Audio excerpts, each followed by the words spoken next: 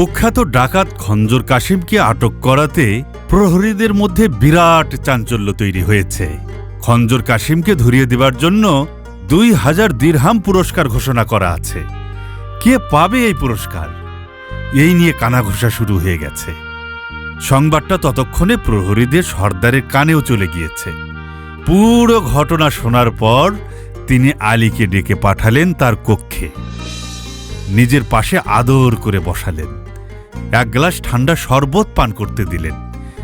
তারপর কক্ষ থেকে অন্য সব প্রহরীকে বিদায় করে দিলেন। শোনো বৎস, খঞ্জর কাসিমের সাথে তোমার কি সম্পর্ক? ও তো একজন দুর্ধর্ষ ডাকাত, কিন্তু তোমাকে দেখে তো মনে হচ্ছে খুব ভদ্র আর সভ্য একজন বালক তুমি। ওর সাথে তোমার যোগাযোগ হলো কি করে? আলী কিছুটা ধাতস্থ হল।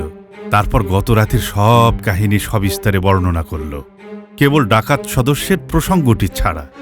প্রহরী সর্দার মনোযোগ দিয়ে সব শুনলেন। তার চোখ চকচক করছে।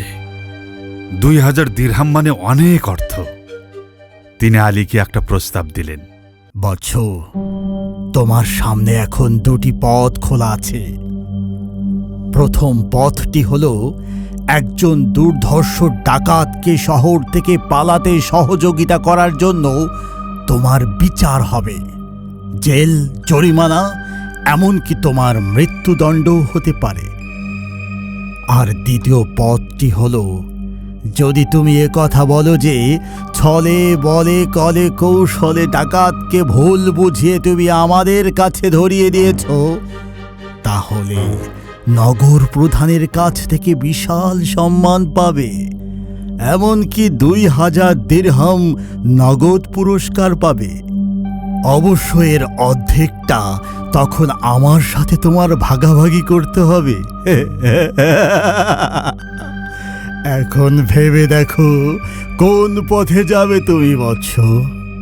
প্রহরী সর্দার একটা অনৈতিক প্রস্তাব দিয়েছে। অন্যান্য প্রহরীদের হক নষ্ট করতে চাচ্ছে এবং আলীকে বিশাল অর্থপ্রাপ্তির লোভ দেখাচ্ছে। এই প্রথম চশমার কথা বেমালুম ভুলে গেল আলী। মহান আল্লাহর ভয় এবং পিতামাতার শিক্ষা তার সামনে এসে দাঁড়াল। প্রিয় নবীর সে হাদিসটিও তার মনে পড়ল।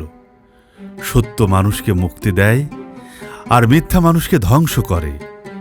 সত্য সবসময়ই সুন্দর, মিথ্যা বলা কি তাই সে সরাসরি প্রত্যাখ্যান করল। প্রহরী সর্দার ভীষণ বিরক্ত হলেন। অন্যান্য প্রহরীদের ডেকে বললেন, এই, কে আছো এখানে প্রহরী? যাও, একেও হাত করা পরিয়ে কাজের দরবারে নিয়ে যাও।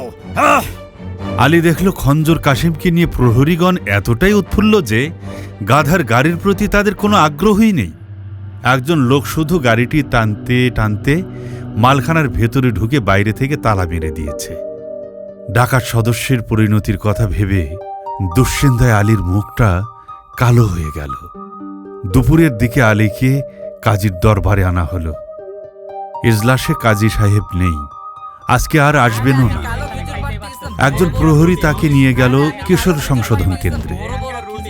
এক আজব জায়গা। আলীর সমবয়সী, তার থেকে কিছুটা ছোট এবং তার থেকে বড় অসংখ্য কিশোর এবং বালকের কোলাহলে গম গম করছে কক্ষটি। বেশিরভাগই কোনো না কোনো অপরাধের সাথে যুক্ত হয়ে এখানে এসেছে। আলী ঢুকতেই তার সাথে ফাজলামো করার জন্য এগিয়ে আসে কয়েকটি কিশোর। আলী কৌশলে নিজেকে রক্ষা করে রুমটির এক কোণায় গিয়ে চুপচাপ বসে থাকে। গত কয়েকদিনের ঘটনা প্রবাহের কথা তার মানসপটে ভেসে উঠতে থাকে।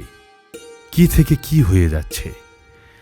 ডাকাত সদস্য কি এইভাবে আটকা পড়ে থাকবে মালখানার ভেতরে?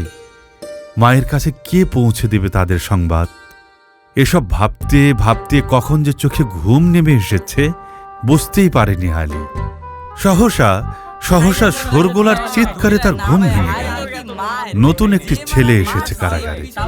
তাকে নিয়ে হই হুল্লোড় আর চিৎকার চেঁচামেচিতে মেতে উঠেছে পুরনো।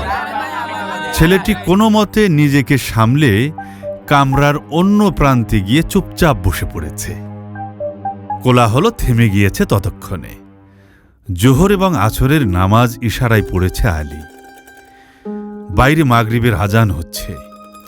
আলীর খুব ইচ্ছে করছে মহান আল্লাহর সামনে দাঁড়িয়ে দুফোঁটা চোখের পানি ফেলতে। কক্ষের এক প্রান্তে হাত মুখ ধোয়ার জন্য পানি দেয়া আছে। সেখানে গিয়ে চুপি চুপি অজু সেরে ফেলল আলী। তারপর নিজের জায়গায় এসে দাঁড়িয়ে পড়ল নামাজে।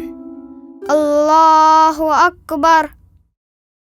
আলহামদুলিল্লাহি রাব্বিল আলামিন আর রহমানির রহিম। আলীর তেলাওয়াতের মৃদু মিষ্টি আওয়াজ অন্যদের কানে যেতেই উঠে এলো কয়েকটি বড় সড় কিশোর। বিদ্রুপ আর উপহাসের বান ছুঁড়ে মারতে লাগলো এক একজন।